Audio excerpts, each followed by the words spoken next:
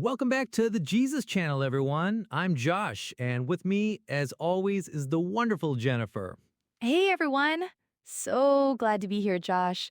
We're diving into a really powerful topic today, one that really resonated with me when I was reading up on it. Yeah, definitely. It's titled Condemnation is the Deepest Root. And, it just immediately makes you think, okay, deeper than what? The article actually suggests it's even more harmful than stress or fear, which are like widely accepted as causes of illness. Right, and that's pretty profound. It talks about how spiritual condemnation, especially, is this insidious root, going all the way back to Adam's sin in the Garden of Eden. That's where guilt and a guilty conscience first came into humanity. Yeah, that's it. An evil conscience is described in the Bible as one that's like constantly aware of sin, aware of failure, and you just feel like unworthy. And you know what? A lot of believers, they actually carry this kind of conscience without even realizing it. It's true, and it really undermines their relationship with God, doesn't it? And Satan, oh, he just loves this. His name even means the accuser, right? He just points out all our faults, even when we're trying to do good. His whole goal is to make us feel condemned. Exactly.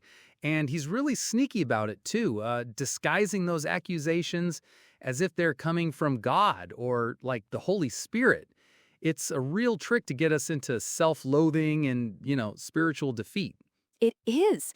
But the amazing part, I think, is that the article explains that the world actually has no solution for this problem. But as believers, we do, through the finished work of Jesus Christ. He was condemned in our place. Yeah, absolutely. His blood was shed so that we don't have to live in guilt or condemnation anymore. It's about shifting our focus. Instead of being sin conscious, we're encouraged to become forgiveness conscious. Ah, I love that. Forgiveness conscious.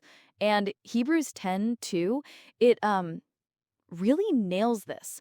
It teaches that once believers are purified, we should no longer have a consciousness of sin.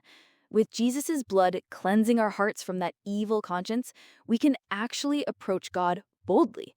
Boldly, with like full assurance of faith, knowing he's not angry with us. Through Jesus, we can just reject all that guilt, all that shame, all that condemnation, whether it's coming from Satan or just our own thoughts. It gives a deep sense of peace, and it feels incredibly liberating. It really is. And the article just ends with such encouragement, doesn't it? That we can draw near to God with confidence, knowing our heart is cleansed. That's the essence of God's amazing grace. It truly is. And that's a perfect place to wrap up this episode of the Jesus Channel. Next time, we'll be diving into another fascinating topic, exploring why bad things happen to good people, all from a Christ-centered perspective and rooted in his teachings. You won't want to miss it. Thanks for tuning in, everyone. See you next time. Peace.